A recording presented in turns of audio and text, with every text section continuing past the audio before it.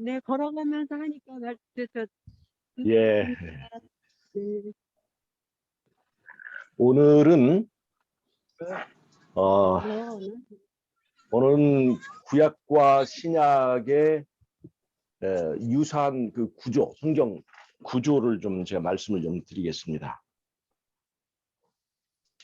지난번에 제가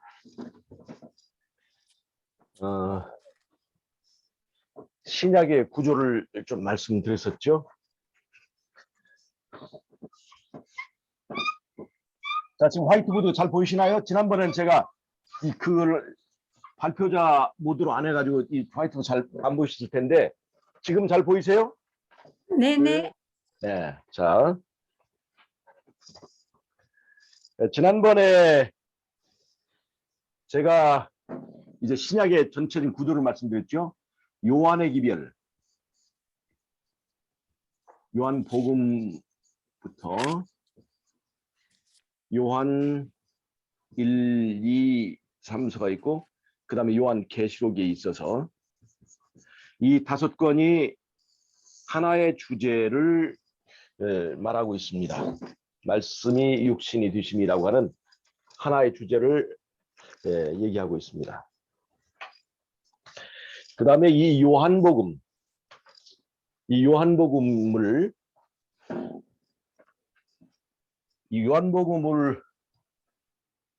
으로 해서 장로님 보드를 오른쪽을 예. 조금 앞쪽으로 당겨 보세요.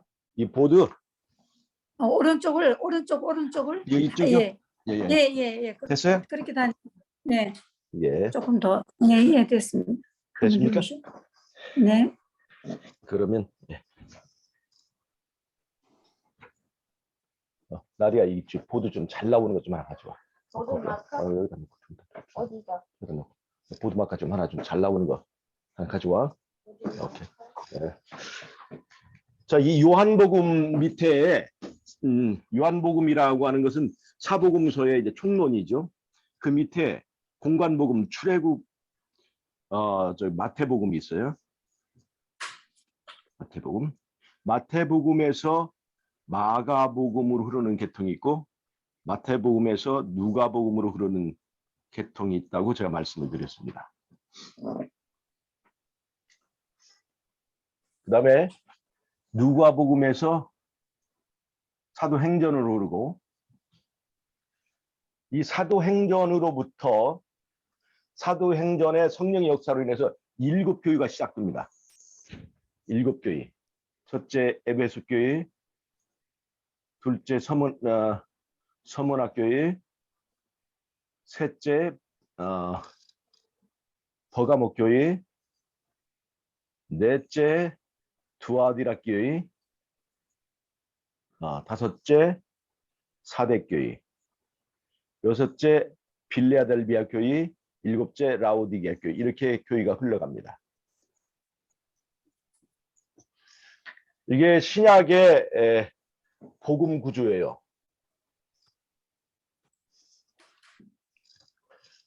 자, 그런데 이제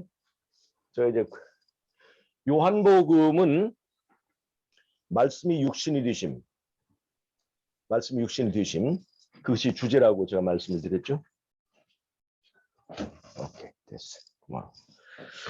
자, 오늘은 제가 이제 구약을 좀 보겠습니다. 이렇게 돼가는데, 자, 구약을 제가 한번 살펴보겠습니다.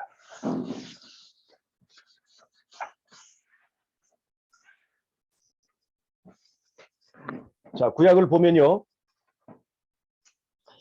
요한복음이 말씀이 육신이 되심인 것처럼 구약의 창세기도 같은 얘기로 시작이 됩니다.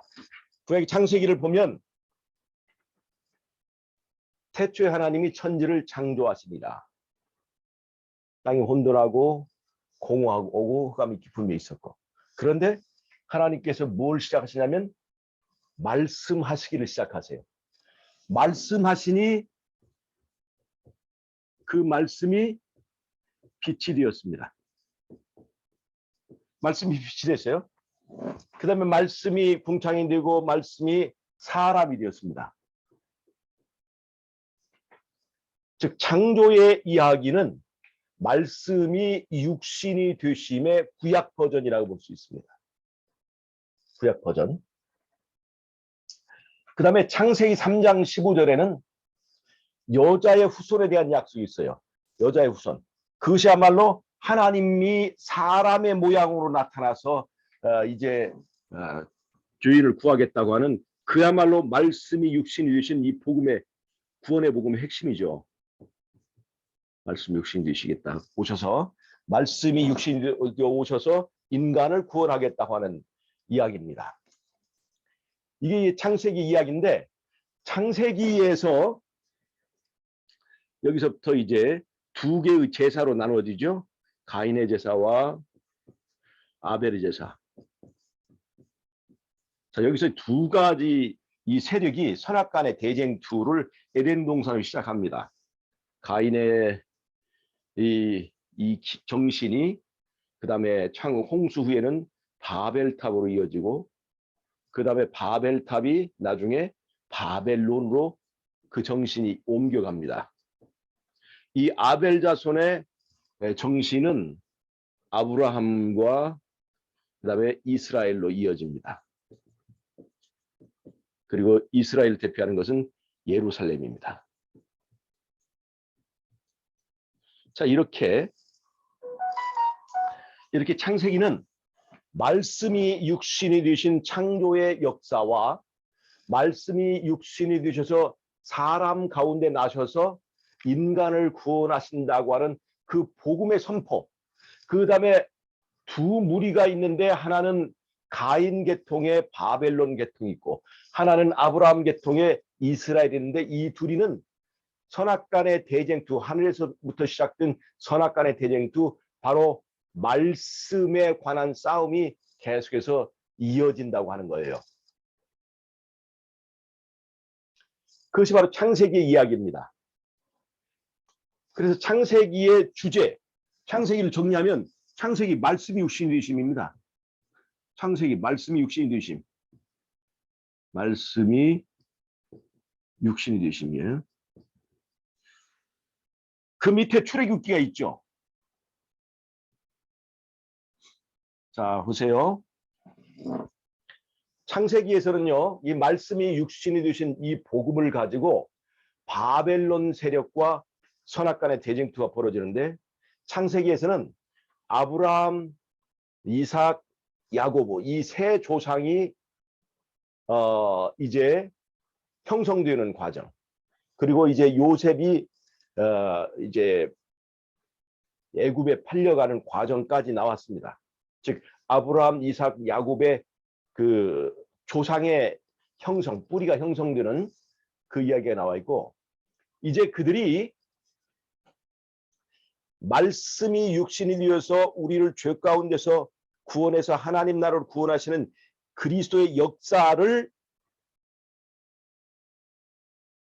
그들의 체험을 통해서 설명해 주기 위해서 이 이스라엘이 애굽에 400년간 종살이를 하게 됩니다. 그리고 종살이 한 데로서부터 가나안 땅에 가기까지의 그 출애굽 과정이 바로 말씀이 육신이 되어서 우리 가운데 거하시면서 그 약속하신 그 아들이 이스라엘을 가나안 땅으로 죄송합니다. 불러내는. 저만 그런가? 왜 이렇게 하나도 안 들리죠? 안 들려요? 지금 안 들리신다고요? 안 들리세요?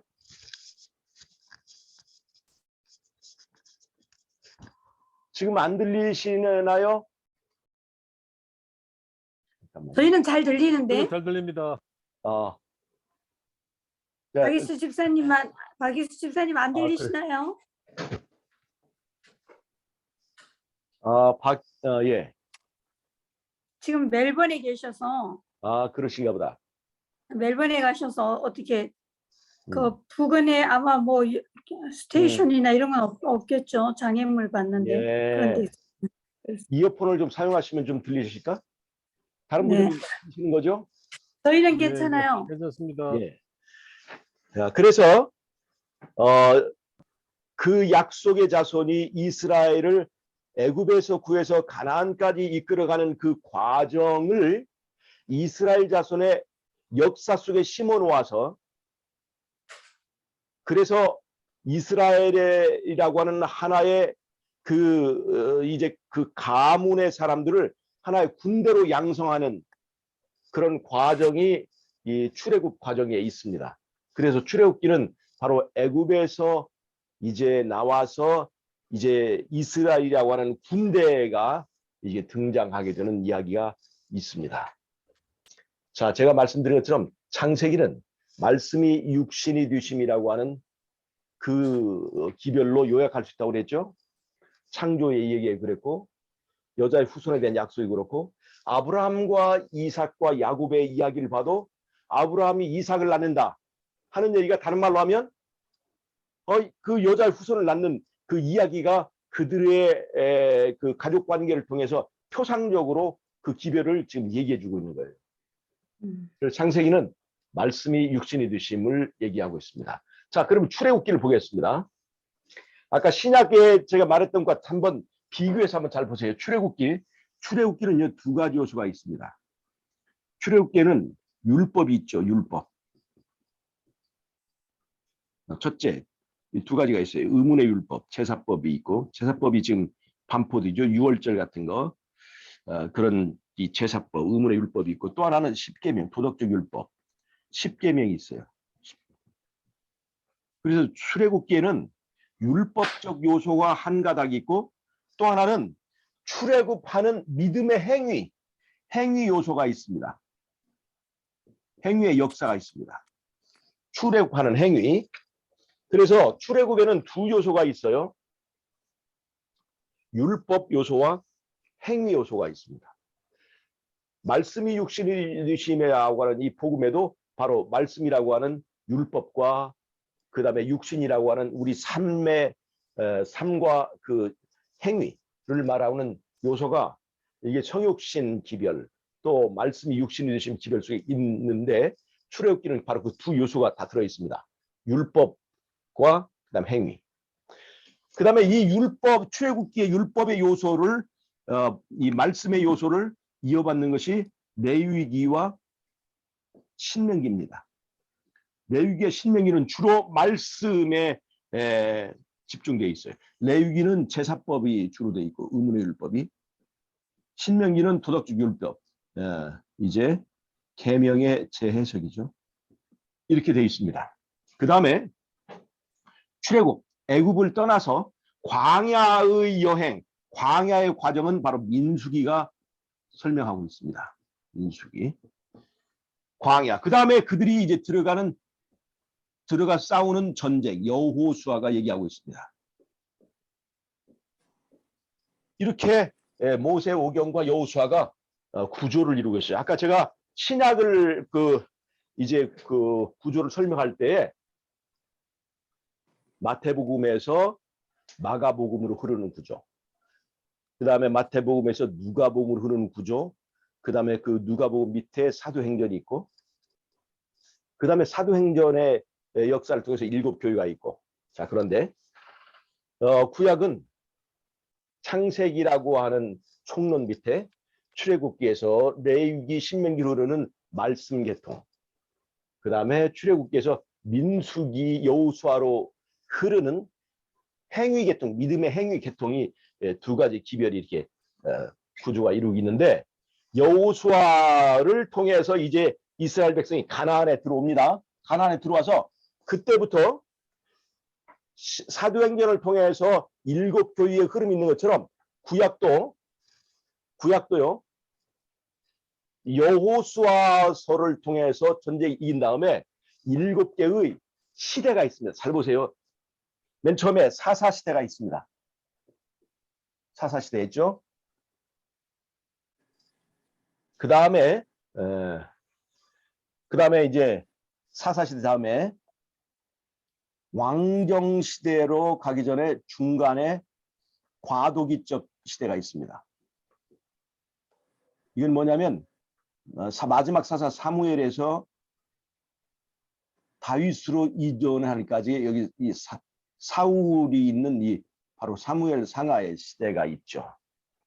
그리고 이제 왕정이 있습니다. 왕정. 그다음에 왕정이 있은 다음에 바벨론 포로 시대가 있습니다. 사사 시대. 자, 포로 시대 이후에 그들이 돌아와서 어떤 시대를 거치냐면 맨 처음에 페르시아 시대. 이 포로 시대는 바벨론 시대죠. 바벨론 시대. 포로에서 돌아와서 페르시아 시대. 그 다음에 헬라 시대가 있어요. 그리고 나서 마지막에 예수님 태어날 때 로마 시대가 있습니다. 이렇게 해서 하나, 둘, 셋, 넷, 다섯에서 일곱 시대가 딱 명확하게 구분이 똑 떨어집니다. 이것을 신약 시대의 일곱 교회에다 맞춰보면 그 흐름이 동일합니다. 한번 볼까요? 사사 시대에 해당되는 에베소 교회 시대, 에베소 교회 초대 교회 시대, 이스라엘 그 사사 시대와 그 분위기가 거의 같습니다. 그 다음에 왕정 시대, 이거는 이 로마 황제가 로마가 국교로 기독교를 받아들이는 그 시대입니다. 그런데 그 시대 전에 과도기적으로 여기 서문학교회가 있어요. 서문학교회, 버가목교회죠. 버가목교회. 이 버가목교회 시대에서 예루살렘 중심의 그 교회가 로마 중심의 교회로 중심이 바뀌어지게 되죠. 로마가 교회의 우두머리가 되는. 그렇게 지내다가 교황권 시대가 되잖아. 교황권 시대. 이 교황권 시대가 바로 538년에서 1517년까지 종교개혁까지의 시대입니다. 그때 바벨론 포로 시대와 똑같습니다. 포로 시대, 교황권 시대, 왕정 시대, 로마 황제 시대, 버가목. 그 다음에 보세요. 그 다음에 여기 사대교회죠. 빌라델비아 교회, 그 다음에 라오디게 교회 이렇게 짝을 맞추는데 보세요. 이제 교황권의 포로 상태에서 종교 개혁을 하죠. 그게 그 바벨론 포로에서 돌아온 이스라엘의 종교 개혁의 시대가 페르시아 시대고 사대 교회가 종교 개혁의 시대죠. 빌라델비아 교회 잘 보세요. 빌라델비아 교회의 세계 선교의 시대라고 우리가 봅니다. 이때 세계 선교가 이루어졌어요. 근데 이 헬라 시대에 어떤 일이 있냐면 구약 성경이 헬라어로 번역되었어요. 그게 바로 70인역이죠. 70인역. 70인역이 번역되면서 구약 성경이 이 세계화되기 시작했습니다. 그것이 바로 헬라 시대에 있었어요. 그리고 라우디게아 교시대. 물론 사두개인과 바리새인은 그 전에 있었지만 사두개인과 바리새인이 아주 득세하고 이 하던 시대가 바로 이제 이 로마 시대입니다. 예수님이 바로 사두개인들과 바리새인들에 의해서 십자가에 못 박히셨죠. 마찬가지로 그렇게 본다면 이 라우디게아 교회도 말이죠.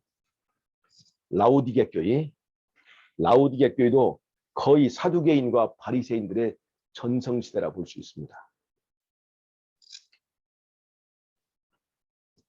자, 보세요. 로마 시대에 바벨론이 예루살렘 사건이 있었죠. 라우디게아 교회 시대에 바벨론이 예루살렘을 에워싸는 사건도 그때 있을 것입니다. 그때 있어요. 그 다음에 이 로마 시대에 성령 받는 오순절 사건도 있었죠.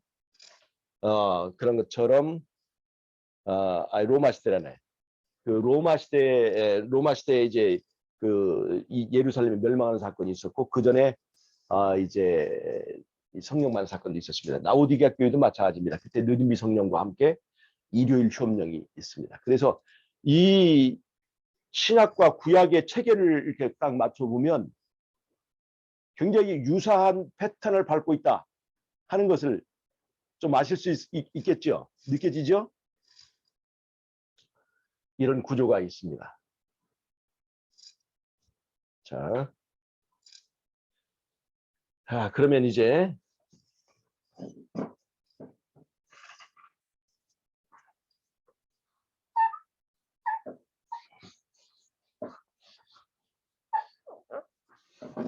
그러면 이제 구약의 창세기와 짝을 이루는 것은 이제 신약의 요한의 기별과 짝이 된다는 걸 알 수가 있습니다.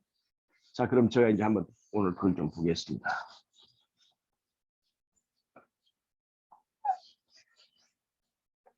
제가 왜 이런 말씀을 드리냐면 이 성경 연구는 굉장히 입체적이다 하는 것을 제가 말씀을 드리는 거예요. 이 입체적인 구조를 통해서 이해를 해야 성경을 올바르게 이해할 수 있다는 것을 제가 말씀드리기 위해서 지금 이 구조를 설명을 해드리는 거예요. 자, 창세기에 보면요. 창세기. 자, 지금 창세기와 계시록의 유사성을 제가 좀 말씀드리겠습니다. 제 자료를 좀 활용하겠습니다. 창세기와 계시록의 유사성.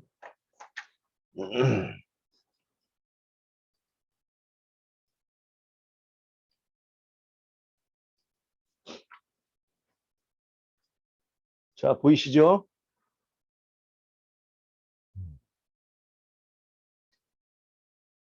자, 창세기 계시록의 관련성.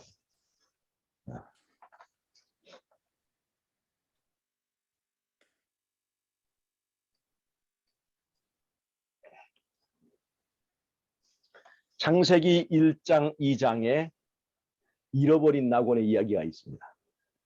계시록 21장, 22장에는 회복된 낙원의 이야기가 있습니다. 낙원에 관한 이야기가 성경의 요한복음과 요한계시록과 창세기에 연관이 되어 있습니다. 창세기 3장 뱀이 등장하고 죄의 시작 이야기가 있습니다. 계시록 20장 그 뱀이 잡히고 죄가 처리되는 이야기가 있죠.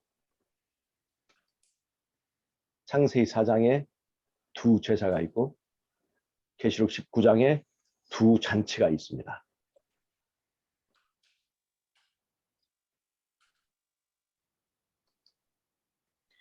창세기 4장과 5장은 두 족보를 설명합니다. 아담에서부터 노아에게 이르기까지 두 족보를 말하죠. 두 개의 제사로 두 개의 씨가 나누어집니다. 첫째는 아벨의 씨, 어린 양을 따르는 무리, 그다음에 가인의 씨는 사단을 따르는 무리입니다. 근데 가인이 아벨을 죽여요. 마찬가지로 같은 원리로 마지막에 바벨론이 성도들의 피에 취하는 얘기가 계시록에 나옵니다. 자, 그다음에 계시록 14장에는 아벨 무리가 나타나죠. 14만 4천. 계시록 15장은 아벨 무리가 부르는 노래예요. 노래 부르기 위해서 무리가 준비되죠. 계시록 17장에는 가인 무리가 나타납니다. 계시록 18장은 가인 무리를 위한 노래, 즉 바벨론 노래가 있습니다. 창세기 6장은 하나님의 신이 사람을 떠납니다. 그 홍수의 근거가 되는 거죠.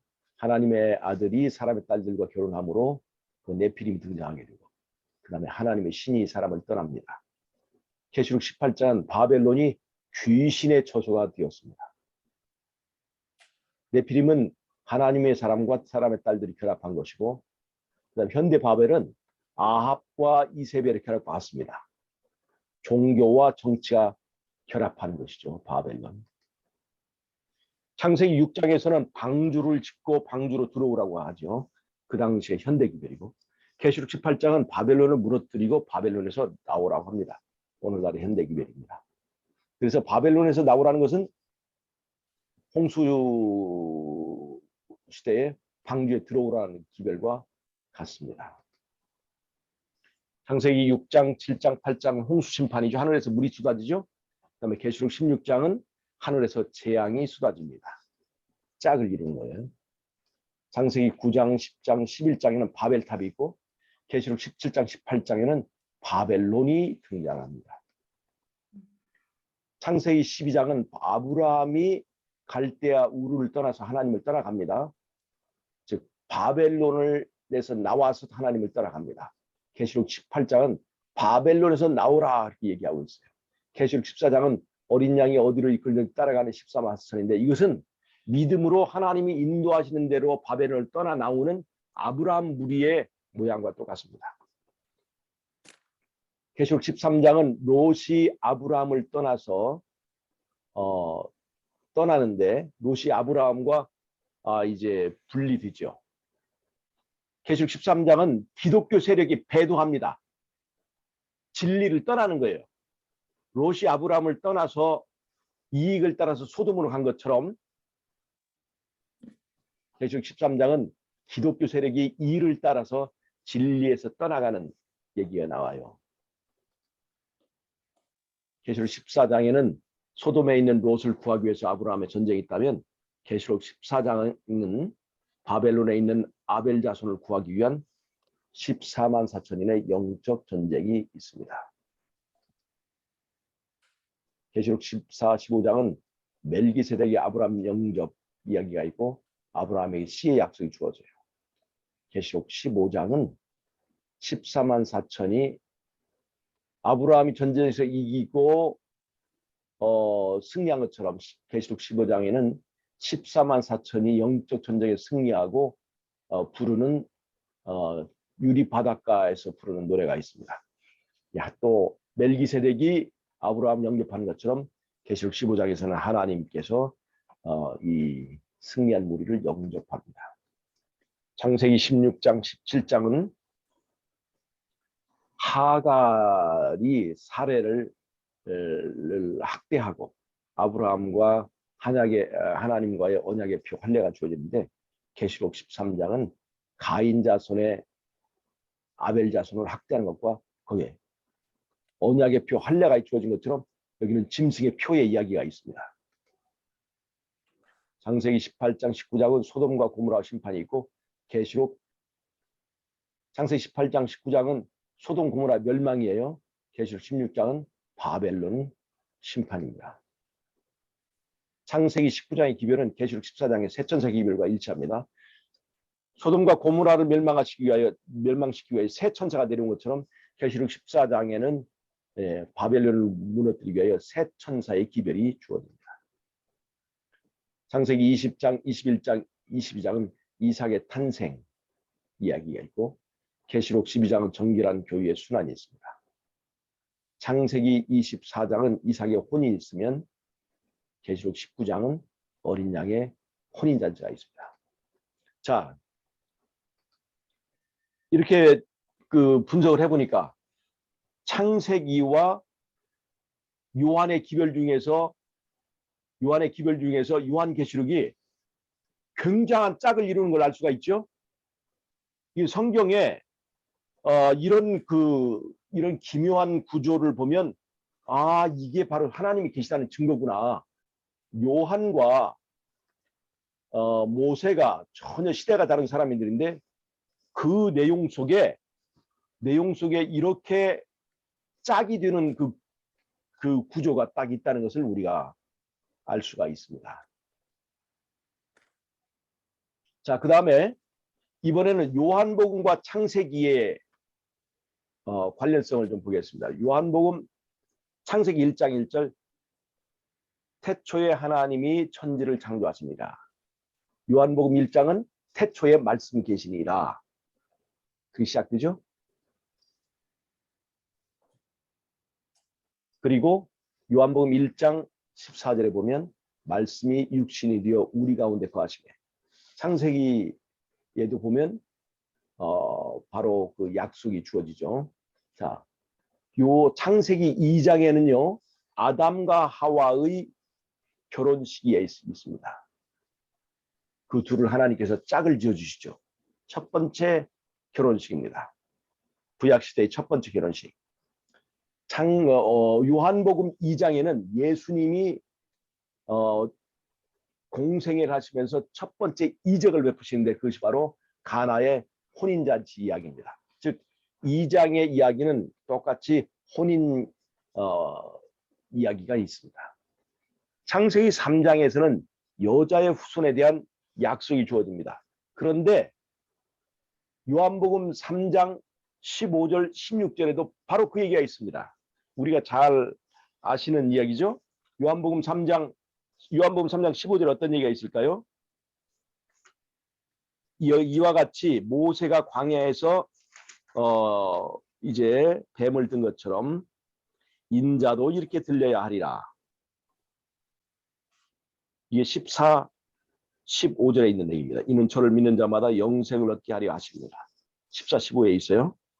그다음에 창세기 3장 16절에는 우리 잘 아는 요한복음 3장 16절은 하나님이 세상을 이처럼 사랑하사 독생자를 주셨다. 창세기 3장 15절에는 여자의 후손 이야기가 있죠. 그러니까 그 여자의 후손이 요한복음 3장 15절에서 실현되었다고 하는 것을 말해주고 있습니다. 창세기 3장 15절에는 약속하셨고 요한복음 3장에는 그 약속이 실현된 것을 분명히 말해주고 있습니다. 창세기 4장에는 두 제사가 있고 창세기 4장 24절을 보면 하나님은 영이시니 예배하는 자가 신령과 진정으로 예배할지니라. 예배의 정신에 대해서 얘기하고 있습니다. 그래서 이런 구조로 보면 요한복음과 창세기가 요한의 기별과 창세기가 굉장히 밀접한 관련을 가지고 있다는 걸 알 수가 있습니다. 자, 그 다음에 보십시다. 요한의 기별이 요한복음이 있고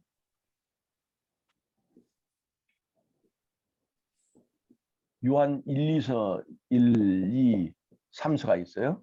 그리고 요한계시록이 있습니다. 이렇게 5개의 책으로 되어 있어요. 창세기를 보면요.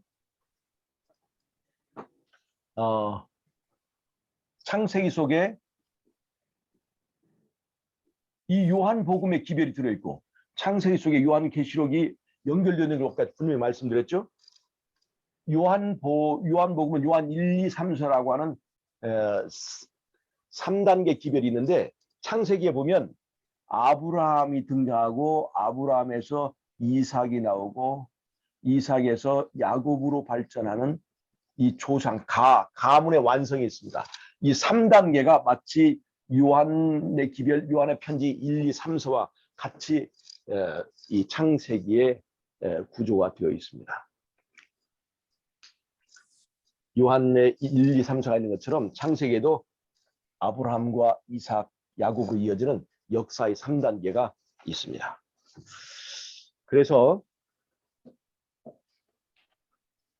창세기 이 구약의 창세기의 구조와 요한의 기별 5건의 구조가 그렇게 연관이 있고 창세기에서 시작되는 두 계통, 자 출애굽기에서 레위기, 신명기로 이어지는 말씀 계통, 그 다음에 출애굽기에서 민수기로 이어지고 여호수아로 이어지는 행위의 계통이 이어지고 거기서 7시대, 신약의 7교회 이런 구조가 똑같이 이어진다는 것을 볼 수가 있습니다.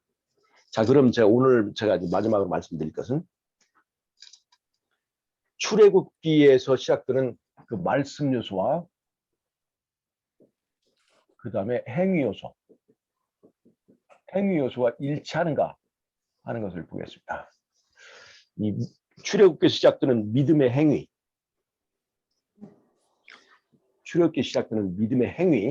자, 믿음의 행위라는 건 뭡니까? 하나님이 이스라엘 백성을 값을 주고 피를 6월절 피 흘림을 통해서 이스라엘을 건져내서 그들이 어린 양을 따라 결국 가나안으로 가는 과정이 바로 출애굽 과정이죠. 그 행위, 믿음의 행위의 과정이 출애굽기, 민수기, 여호수아로 이어집니다. 그런데 음.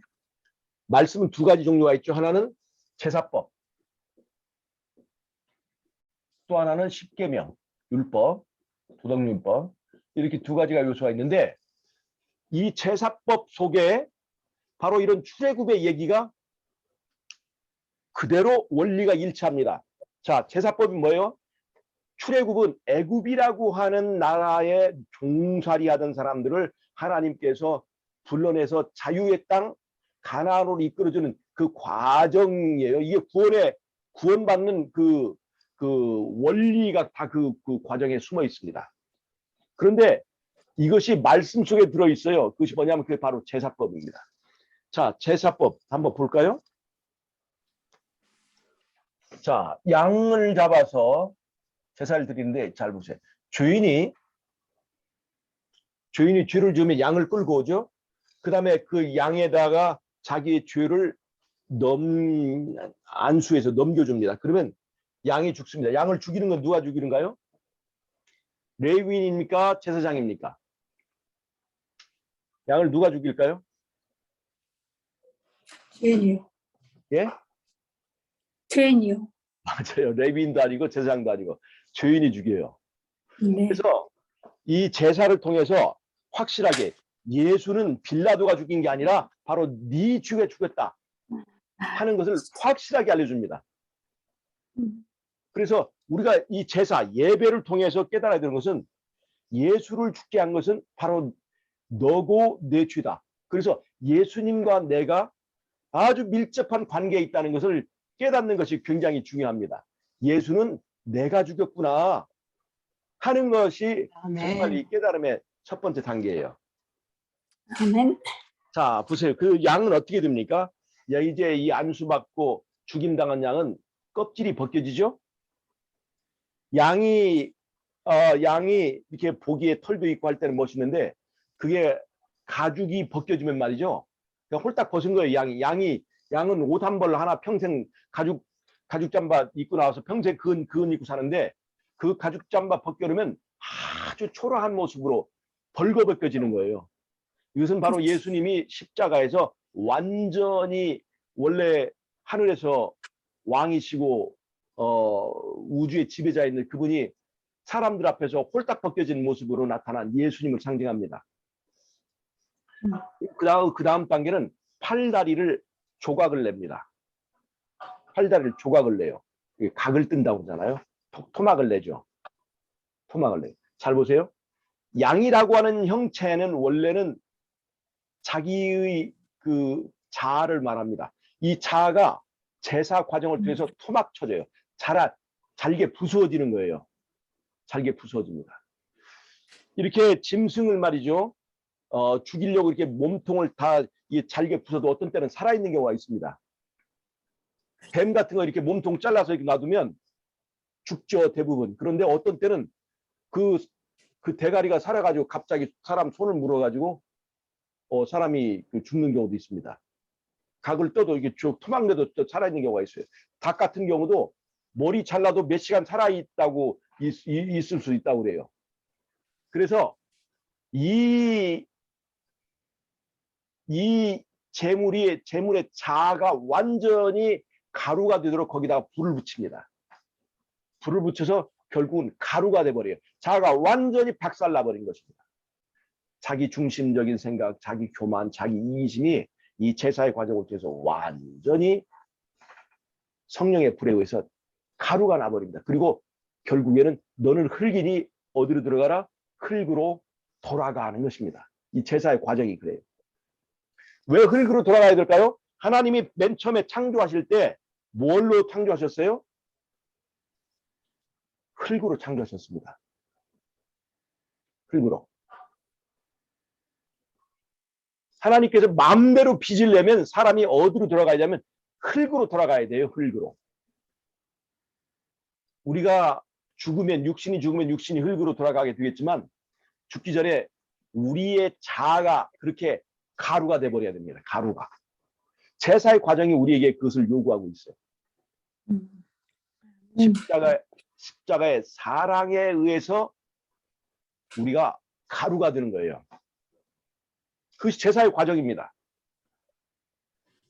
그래서 어떻게 이 죄인이 죄로부터 자유롭게 되는가 하는 것을 그 제사의 과정을 통해서 나타내 주는데, 흙으로 돌아가고 자아가 완전히 박살이 나버린 그 사람은 이제 이 죄로부터 자유롭게 됩니다.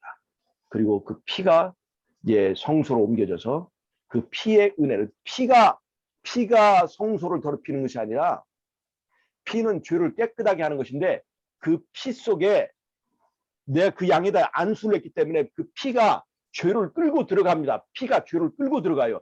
이상구 박사가 똑똑한 척을 하고 뭐 피가 죄를 정결케 하는 도구지 뭐 피가 어떻게 성소를 더럽게 하느냐 이런 얘기를 하는데, 피는 원래 죄를 정결케 하는 역할을 하죠. 그런데 또 하나의 기능이 있는데, 그것이 뭐냐면 죄를 안고 들어가는 기능이 있어요. 왜냐? 그 양이 죽기 전에 죄인의 죄가 거기에 옮겨졌기 때문에 그 죄를 끌고 가는 것입니다. 피가. 그 피가 죄를 끌고 가야 와야 그 죄 사함을 받는 거예요. 그래서 피가 죄를 끌고 들어가기 때문에 그 죄가 성소를 더럽히는 거지 피가 더럽히는 게 아니죠. 그러나 결국은 그 피값에 의해서 이제 죄인이 죄와 분리돼요. 피가 뭐냐? 아, 우리 주님께서 나를 위해서 피 흘리셨구나. 그 피는 사랑의 능력이죠. 피 속에는 사랑이 들어 있습니다. 그 사랑에 의해서 내가 죄와 한 덩어리였었어요. 지금 죄가 막 땡기고 하는 것은 죄가 한 몸이 되어 있는 겁니다. 그래서 이 죄가 한 몸이 되어 있는 이상은 죄로부터 자유롭게 될 수가 없어요. 그런데 그 피 속에 뭐가 있냐면 사랑이 있어요. 사랑이. 그래서 그리스도의 사랑을 느끼면 죄인이 죄로부터 분리돼요. 죄로부터 분리돼. 이 분리가 돼야 우리 죄가 그 피로 인해서 깨끗하게 되는, 그 소멸되는 기능을 하는 거예요. 그 피가.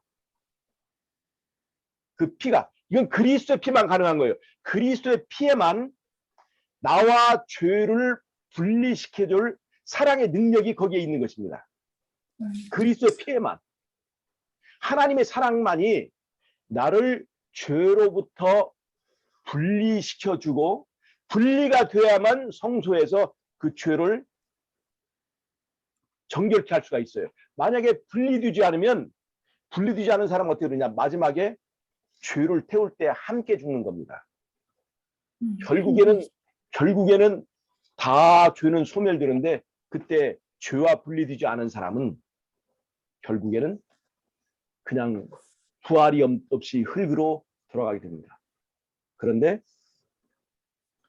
이 피의 능력을 믿는 사람은 죄로부터 분리되게 돼요.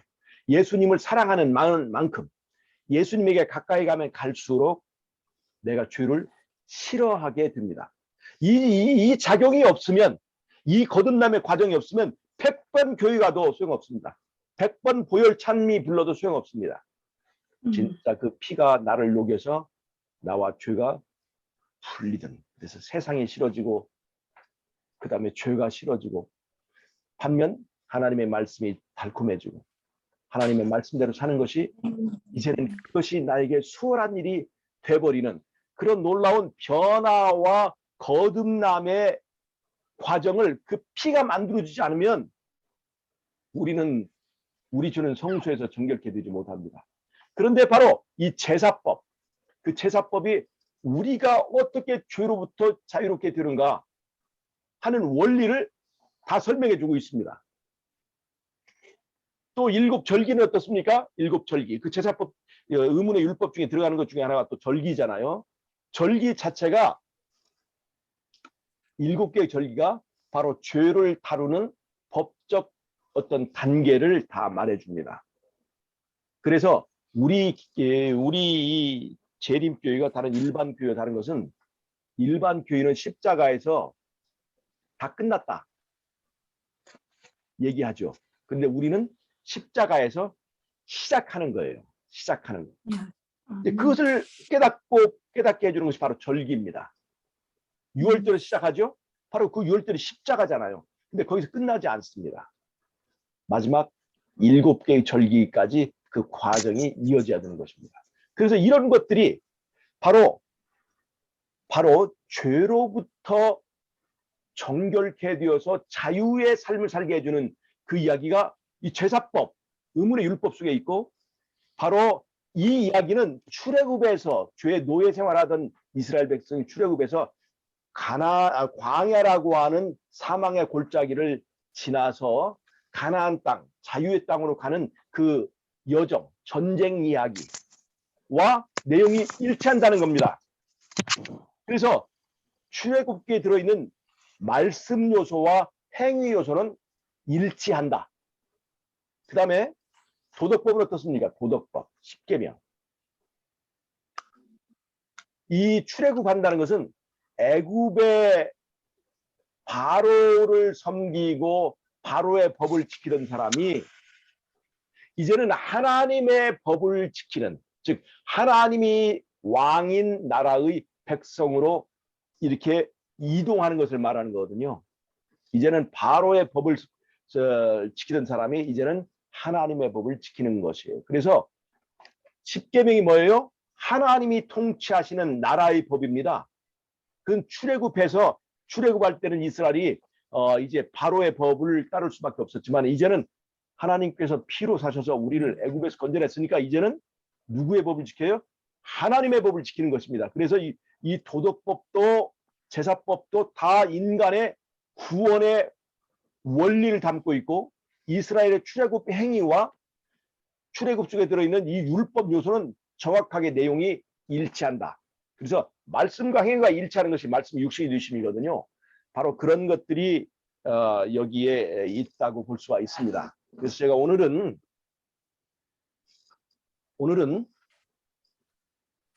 구약의 구조와 신약의 구조가 알고 보면 굉장히 밀접한 관련이 있고, 앞으로 이런 구조를 통해서 성경을 연구할 때 입체적으로 종합적으로 이 연구를 할 수가 있는 것입니다. 그러니까 요한의 기별을 연구할 때 그것을 모세오경과 비교해서 연구할 수가 있고, 구약의 여러 가지 역사적 경험과 그 다음에 신약의 여러 가지 이 복음의 원리를 연결시켜서 우리가 생각해 볼 수 있는 이런 안목을 갖게 해준다는 것을 알 수가 있습니다. 성경 66권이 굉장히 방대하고 복잡한 것 같아도 이런 구조를 놓고 보면 굉장히 단순한 하나의 체계를 가지고 있는 걸 알 수가 있습니다.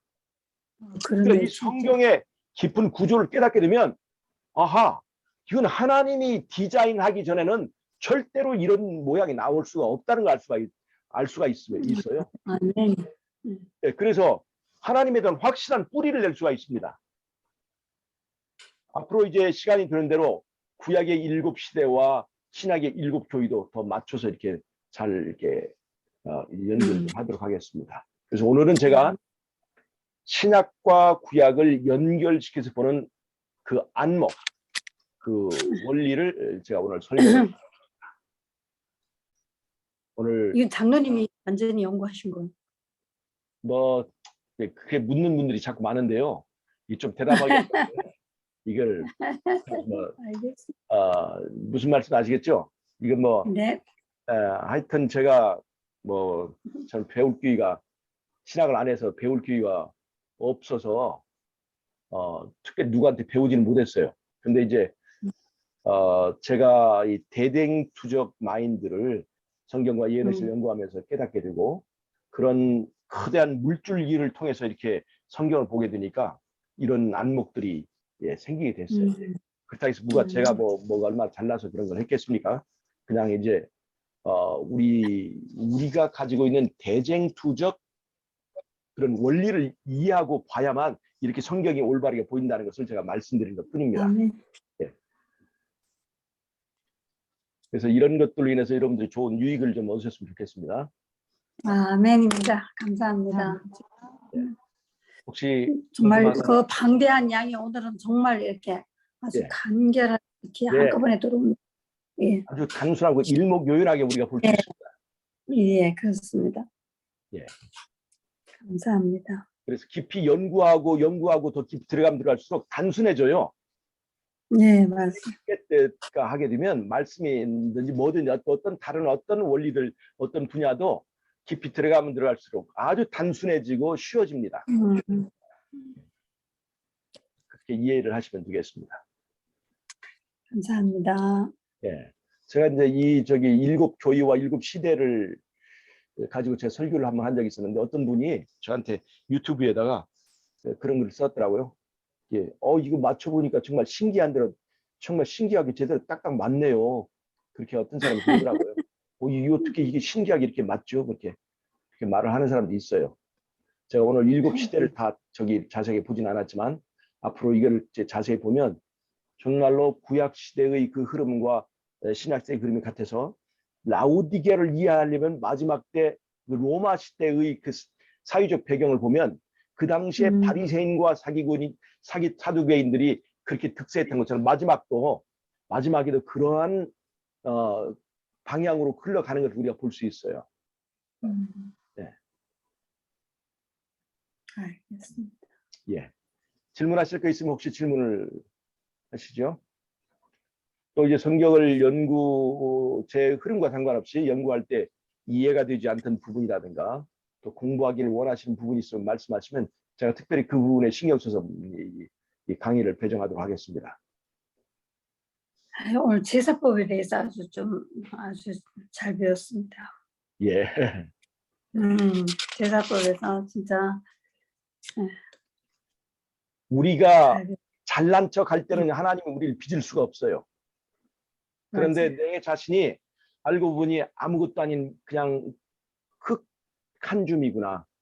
하나님이 빚지 않으면 나는 아무것도 아니구나 하는 내가 무가치한 사람이라는 것을 깨닫고 겸손할 때만 하나님이 우리를 빚을 수가 있습니다. 우리의 품성변화가 왜 안 그러냐? 너무 잘난 척하는 사람들은 하나님이 빚을 수가 없어요. 그런데 내가 한 줌 흙으로 이 제사를 통해서 가루가 되어야 되는 거예요. 자아가 깨지고 내가 정말 아무것도 아니구나 하고 하나님 손에 그냥 흙처럼 흙이 되어서 맡겨져야만 하나님 빚을 수 있고 그 품성 변화가 일어나지. 내가 아직 잘났구나 생각드는 순간 절대로 변화가 안 돼요. 이 제사는 그 원리를 알려줍니다. 아멘. 예. 네. 흙으로 돌아가야 되는 것입니다. 그 돌아가게 하는 것이 어디서 이루어져요? 하나님의 사랑, 피공로에서 이루어집니다. 사랑으로만 깨어져요. 번제단에서 완전히 태워지는 그 의미를 아주 오늘 잘 깨달았어요. 7시인데 제가 조금 시간이 괜찮으시면 제가 조금만 더 이 문제를 더 말씀드릴 수 있습니다. 네, 네. 저희는 괜찮습니다. 네, 그럼 제가 조금만 이 문제 말씀드릴게요. 네, 레위기를 보면요. 레위기 2장에 소제에 관한 이야기가 나옵니다. 소제. 소제. 자, 보세요. 소제가 뭐냐? 이건 가루제사예요. 네, 가루제사입니다. 자, 잘 보세요. 소제는 가루제사예요. 다시 말하면 이건 곡식제사, 곡물제사예요. 곡물제사. 자, 보세요. 창세기 4장에 보면 두 개의 제사가 나오죠. 가인의 제사와 아벨 제사가 있어요. 죄송합니다. 네, 여보세요? 지금 안 돼, 통화. 아, 그래요? 네. 이렇게. 자, 아벨 제사는 양으로 제사를 드렸습니다. 가인은요, 곡식으로 제사를 드렸어요. 밭의 수산, 곡식입니다. 자, 그런데 하나님이 아벨의 제사는 받으시고 가인의 제사는 받지 않으셨습니다. 왜 그럴까요?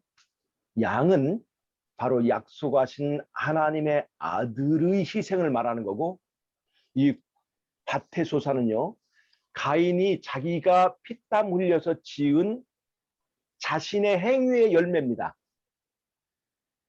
이 곡식이 무엇을 말하냐면, 이 곡식이 뭘 말하냐면 사람의 행위를 말하는 거예요. 사람의 행위. 이 양은 뭐냐? 하나님의 행위를 말합니다. 하나님의 행위, 하나님의 희생을 말하는 거예요. 인간이 하나님의 행위, 하나님의 공로, 하나님의 은혜로 구원을 받는 것이지 사람의 행위, 사람의 노력, 사람의 피와 땀으로 구원받는 것이 아니라는 것을 창세기 4장의 두 제사를 통해서 분명히 말씀하신 거예요. 그런데 레위기 2장을 보니까 여기에 소제가 나오는데 재미있게도 여기에 곡식 제사가 나옵니다. 여기는 피가 없어요. 피 없는 제사가 나옵니다. 피 없는 제사가. 이 소제. 이거 정말 이상하지 않습니까? 잘 보세요. 이 피 없는 곡식 제사가 무엇을 의미하는지, 이 소제가. 자, 레위기 1장에는 번제가 나오죠. 번제는 양이나 소나 염소나 이런 걸로 제사를 드리는 거예요. 거기를 보면 주인이 끌고 와서 안수하고 가죽이 벗겨지고 각이 떠지고 불 붙여서 하나님 앞에 살라지면 그것이 하나님께 향기로운 냄새가 된다. 그렇게 얘기를 하고 있습니다. 그런데 그것은 바로 그리스도의 희생을 말하는 거예요. 이건 그리스도 하나님이 우리를 얼마큼 사랑하시는지를 십자가에서 흘리신 피를 통해서 우리가 깨닫게 되는 것입니다. 그 제사를 통해서. 아까 제가 말씀드린 대로 제사의 과정에서 그 피가 우리를 죄와 분리시켜주고 그 다음에 죄를 태워서 우리가 죄로부터 자유롭게 되는 그런 원리가 들어있는 것이 이 제사 과정이에요. 자, 그런데 이것은 바로 하나님께서 하나님의 희생이요 하나님의 그 공로죠. 그런데 사람은 곡식은 사람을 말합니다. 제사 드리는 사람이에요. 공로에 피가 없어요.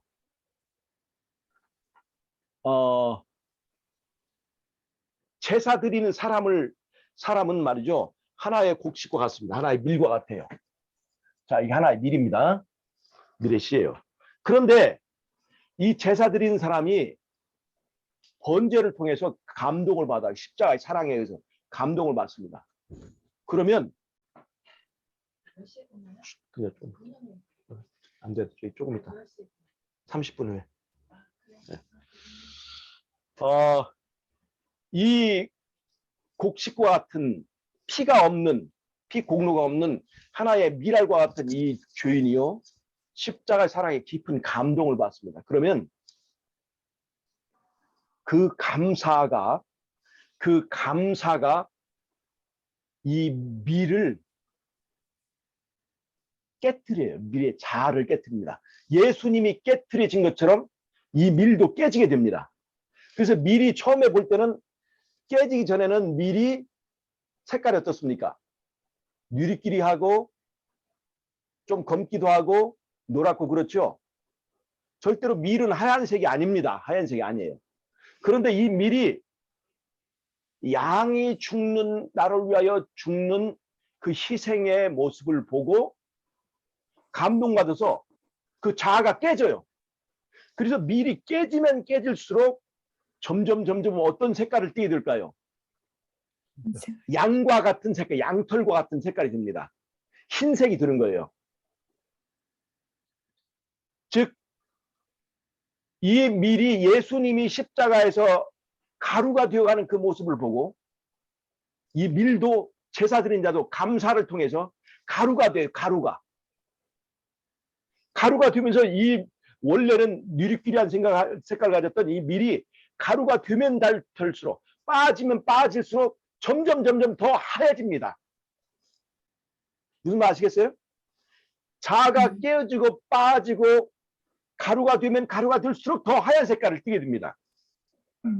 바로 그것이 바로 소제예요. 소제. 즉 그 자체는 보혈의 공로는 없지만 십자가의 그 보혈에 의해서 감동받아 가지고 그 감사가 자아를 깨트려서 결국에는 예수님과 같은 색깔로 닮아지게 된 그 제사, 그걸 소제라고 합니다. 그 소제를 하나님께서 받으시는 거예요. 그것을 감사제라고 하는 것입니다. 이해하시겠어요? 그래서 네. 화제, 화제에는 반드시 이 소재가 반드시 첨부되어 되어 있습니다. 즉 모든 제사에는 이 화제에는 이 소재가 들어가야 돼요. 즉 예수님의 십자가만 홀로 가는 것이 아니라 그 뒤에 누구의 십자가 따라가야 돼요? 나의 십자가 반드시 따라가게 되어 있습니다. 그 예수님의 십자가 끌고 가는 십자가 없으면 그것은 의미가 없는 거예요. 바로 번제나 화제에는 반드시 소제를 첨가시키게 되어 있습니다. 그래서 그리스도의 제사를 피의 의미를 올바르게 이해하면 이해할수록 내가 미리 깨어지는 일을 통해서 품성의 변화를 가져온다 하는 것을 알려준 것이 바로 레위기 2장의 소제의 비결입니다. 감사가 만들어주는 기적입니다. 십자가의 제사의 반드시 따라오는 결과 우리의 삶 속에 나타나는 내가 빠지면 빠질수록 품성이 변화되는 것이에요. 어떤 사람이 얘기하죠. 품성이 어떻게 변하느냐. 소재는 말합니다. 미리 깨어지면 색깔이 변한다. 변할 수 있다. 밀 스스로는 절대로 깨어지지 않죠. 그러나 십자가의 사랑이 그것을 깨뜨립니다. 예수님이 왜 번제단에서 가루가 되셨는가? 바로 우리 이 자아가 가루가 되어야만 변화될 수 있기 때문에 우리를 변화시키고 우리를 구원하시기 위하여 그가 먼저 우리에게 가루가 되는 모습을 보여주셨다. 그래서 예수님을 따라서 가루가 된 그 밀이 어떻게 변화되는가, 어떻게 하나님이 그것을 받으시는가 하는 것을 말해주는 것이 레위기 2장의 소재라는 것을 제가 오늘 말씀드립니다. 오늘 여기까지만 하도록 하겠습니다. 다른 질문할 것이 없으신가요? 네, 오늘은 질문은 저는 없습니다. 딴 분은 모르겠고. 예. 이 소재가 재밌죠? 원리가.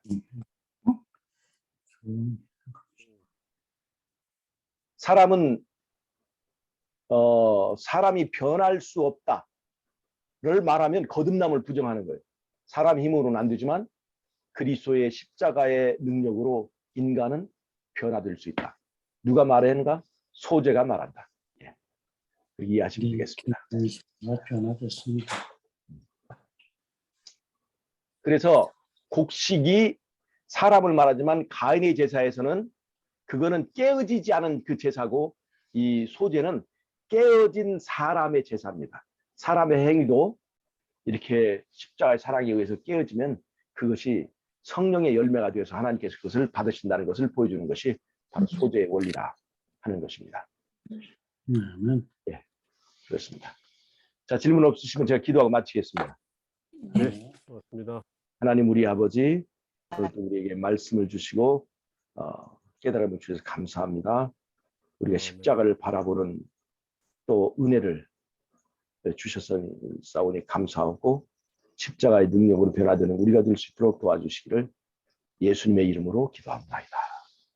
아멘. 감사합니다. 감사합니다. 수고하셨습니다.